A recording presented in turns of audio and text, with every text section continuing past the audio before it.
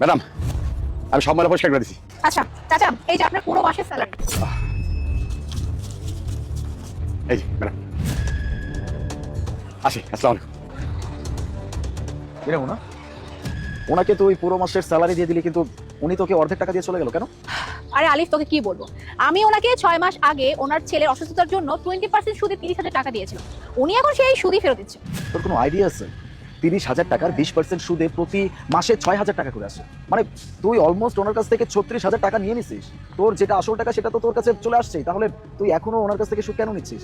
তাছাড়া উনি তো ওনার ছেলের অসুস্থতার কারণে তোর কাছ থেকে টাকা নিছিল। যেহেতু তোর আসল টাকা তুই পেয়ে গেছিস, তাহলে ওনার কাছ থেকে আর তো সুদ নেওয়া তোর উচিত হচ্ছে না, কারণ উনি তোর বাড়িতে কাজ করে অনেকদিন যাবো। আমিও তো পাগল হয়ে গেছি। কাকে কি বুঝাচ্ছি? এসব কথা বা এসব চিন্তা তোর মাথায় কখনো আসবেই না।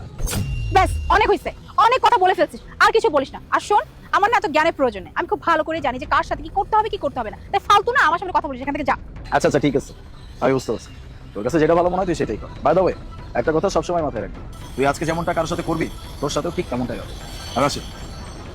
আসছে ফালতু আমাকে জ্ঞান দেবে। চাচা শুনছেন? কি বাবা, কিছু কইবেন? বলছিলাম, আমাকে চিনতে পারছেন? ওই যে আমার বন্ধুর সাথে ছিলাম আমি, যার ওখান থেকে আপনি মাত্র স্যালারি নিয়ে আসলেন। হ, আমি তো টাকা দিতে গেছিলাম, তখন তো আপনি না ছিলেন। কেন বাবা, কোনো সমস্যা হয়েছে? না মানে বলছিলাম কি, আপনি মেবি ওর কাছ থেকে সুদের উপরে কিছু টাকা ধার নিছিলেন, রাইট? হ বাবা, নিছিলাম।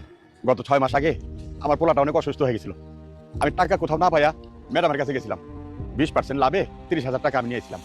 আচ্ছা ঠিক আছে, কিন্তু আপনি ওকে মূল টাকা কেন ফেরত দিচ্ছেন না?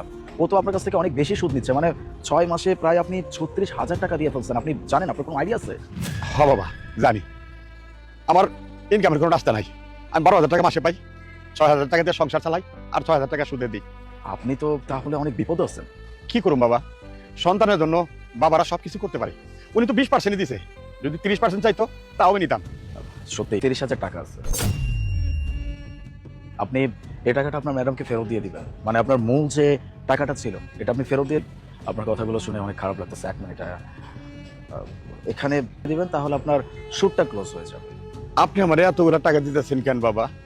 কারণ আমি খুব ভালো করে বুঝতে পারতেছি, আপনি যখন টাকাটা ধার নিয়েছিলেন তখন অনেক বিপদে পড়ে টাকাটা নিয়েছিলেন। আপনি যতবার সুদ দিচ্ছেন